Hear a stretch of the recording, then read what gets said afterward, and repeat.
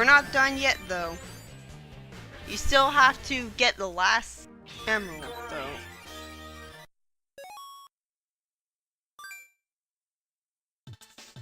So, Special Stage 6.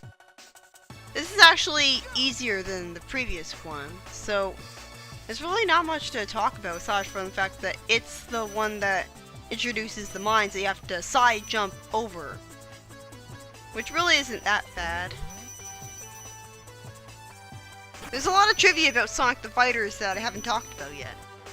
For one, there's a bunch of unused objects in it, like apples and rockets, and maybe they were planned to be used as attacks at one point. A special song plays when Sonic and Knuckles fight in the multiplayer mode. It's a nice touch. Amy's mouth and arms are apricot colored in all of her promotional material and pre-rendered pictures, but white on her playable character model due to color limitations. The PlayStation's HD re-release changes her muzzle color to its intended color, but there's a glitch where you can make it look white again by winning against Honey the Cat.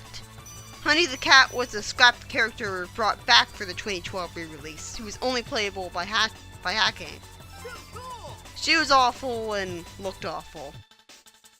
Sonic the Fighters has 8 Chaos Emeralds, because your character gets cloned by Eggman at some point in the game. That and the universe of the Sonic is used to having 7 emeralds in it. So it basically just decides, okay, he's created another emerald. Well, I better make that emerald a different color then. And then it poofs out of existence in a puff of logic after it's used to turn super and stuff. Because, well, the universe is only used to having 7 emeralds there.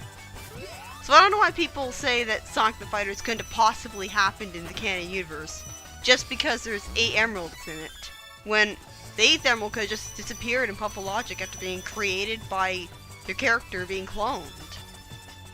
The real question to me is what happened to the character that you cloned? Like what happened to the clone that was created, I mean.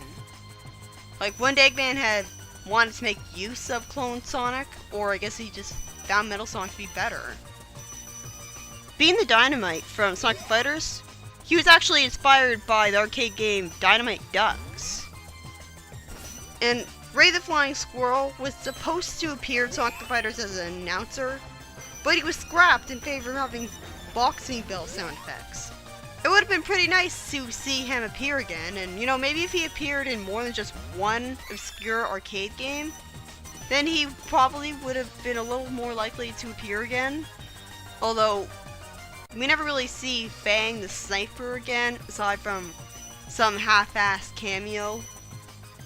And it's not even the actual character, it's just a poster. Like, we don't want to see Fang the Sniper on a poster, we want to see him be used in an actual game. They're going to use him in Sonic X-treme, so that just makes it all the more unacceptable that they decided to ignore him in the 3D games.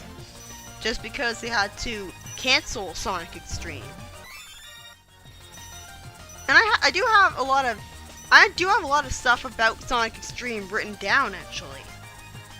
It was originally going to be a Genesis Mega Drive game, and then it was going to be a 32X game, and then it also had Sonic Mars as a intended title.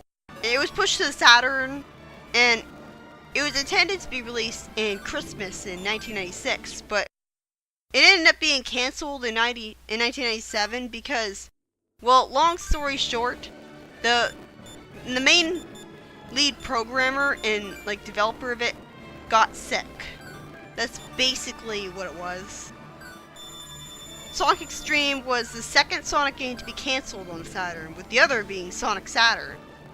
Multiple storylines had been considered for Sonic X-treme. The final storyline was that Eggman built a Death Egg larger than the world itself, with gravity powerful enough to rip planets from their orbits.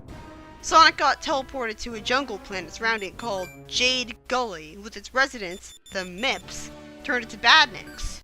Hey, that's actually sounding a lot like Color's plot, with the Wisps, and you traveling to a different planet and stuff. Huh. Anyways, Sonic's goal after that was simple, to destroy the Death Egg and free the Mips. And Mips even sounds kind of like Wisps, because you rearrange the Ips to get Isp. Yeah, this is something really stupid. Because there's only 6 zones, they decided that you have to race a cheating CPU to get the 7th Emerald. And you're expected to make it to the end of the stage with 50 rings, when at any moment the CPU can spawn springs in front of you or bombs in front of you. At least you can choose literally whatever act you want, so there's mercy in that sense. But like, there's a touch screen.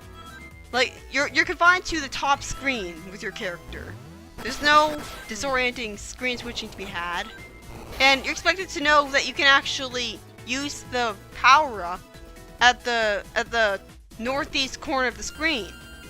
How are you supposed to know that you can use power-ups against the opponent when you're completely focused on the top screen? At least that's what I've heard anyways. At least they bothered to go through the effort of making a completely different enter the special stage screen for the 7th one to make it feel more special.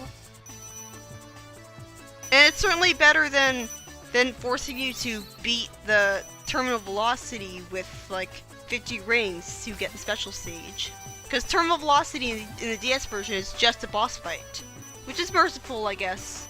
But it would have been a lot better if they did what the Game Gear games did, and if you have 6 emeralds at the end of it, they just give you the 7th one. Like, that would have been a lot better than this. I cheated the hell out of that just so I could make sure that I would win. I hate sections like this where you can't see what's ahead of you. And like, I know the floor is a little transparent so you can't sort of see what's ahead of you, but it's still restricting your vision of what's ahead of you when the ground slopes and suddenly you're walking downhill.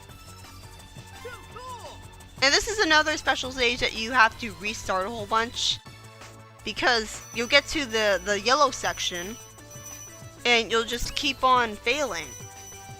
And like, this is another special stage where I was pretty much forced to open multiple different versions of the emulator just to cause enough slowdown so I could beat it with a mouse. Anyways, it's Sonic X-treme. Like, I'm actually pretty glad that game was cancelled in favor of the much better Sonic Adventure, because the thing was, it was designed really weird, and it didn't look like it was going to be fast at all. Every level was designed in a tube-like fashion, like in Lost World. Sonic would be able to spin dash onto walls, which would change the direction of the gravity and the rotation of the levels itself, much like the special stages in Knuckles Chaotix or Lost World.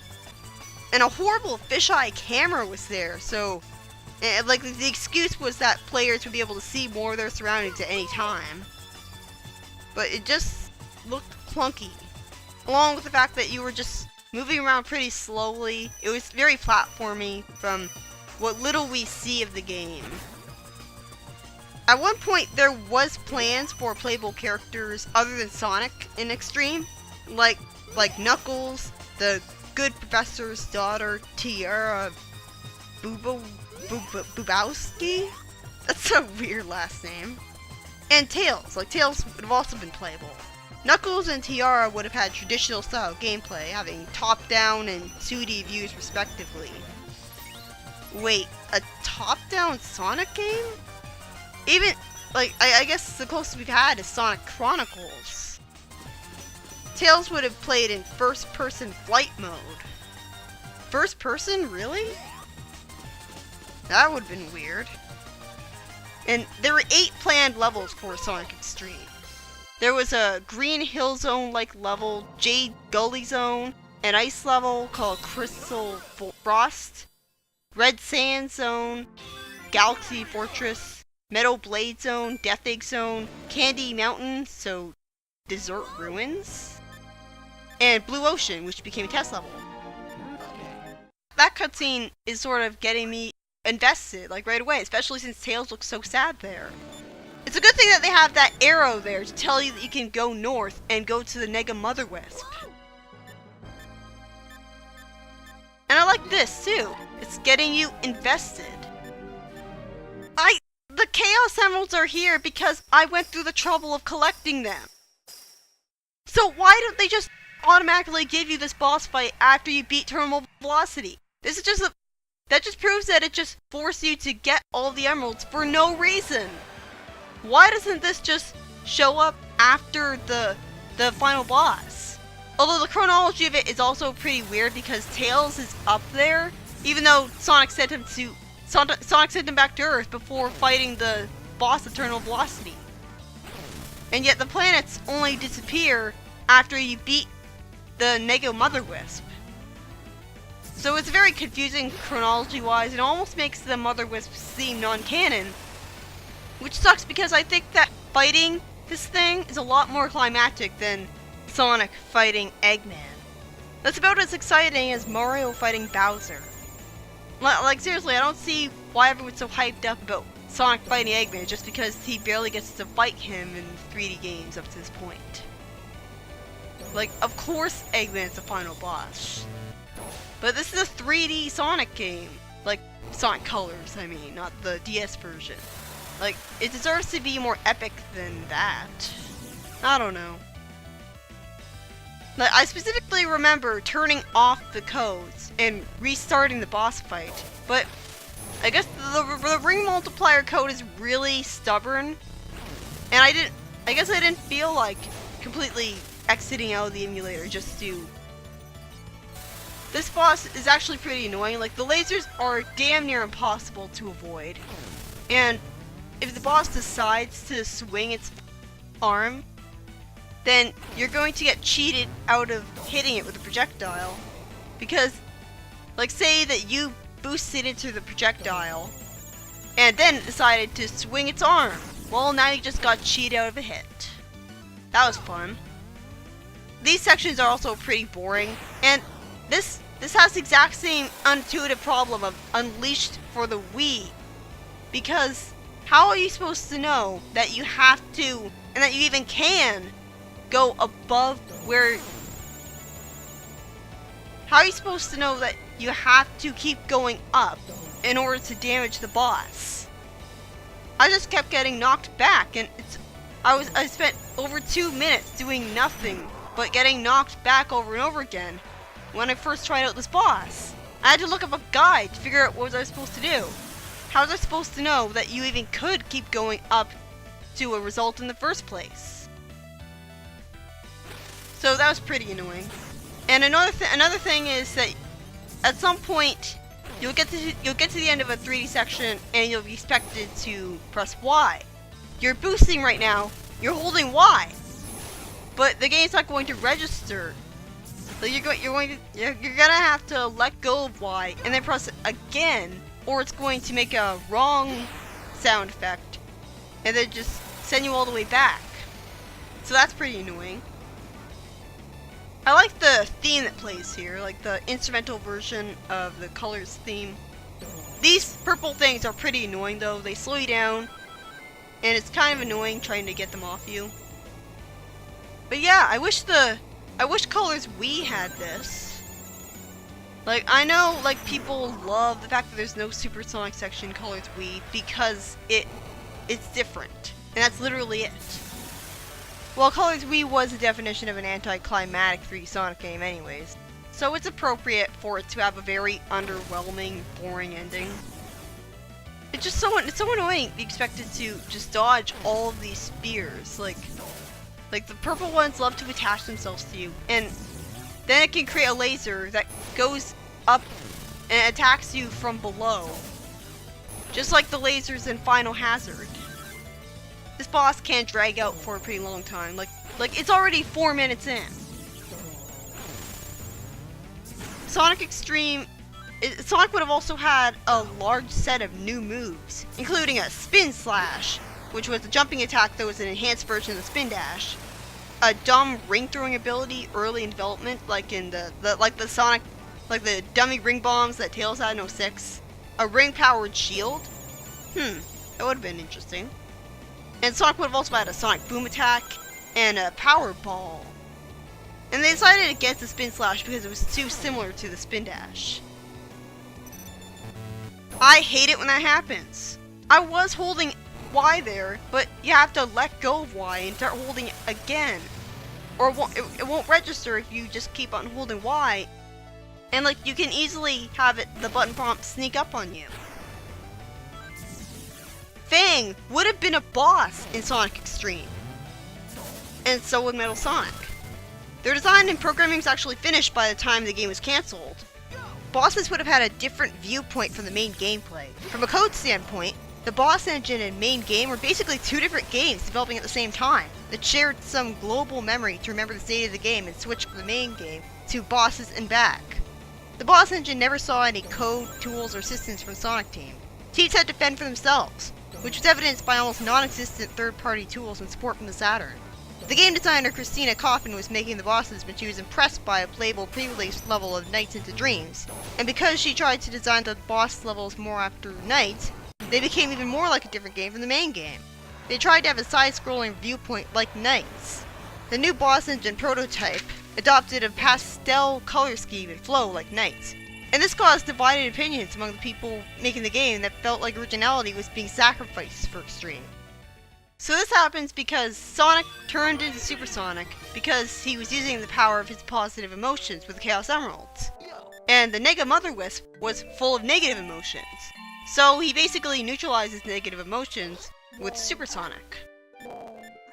And thus, you get this. This is a pretty boring cutscene, especially because of the underwhelming music. Basically, everything there, everything dialogue-wise is very predictable, aside from the revelation that the Mother Wisp created the Wisp Planet. If you're going to introduce another god monster in the Sonic series, like a literal god, like Chaos, at least be honest about it. Like, I actually prefer the idea of the Wisps being the spawn of a god monster and they're all related to each other. Like, that's a lot more fitting with the Sonic series and everything that's been established so far with the 3D Sonic games, rather than just, oh, random aliens. I like the way that it looks here.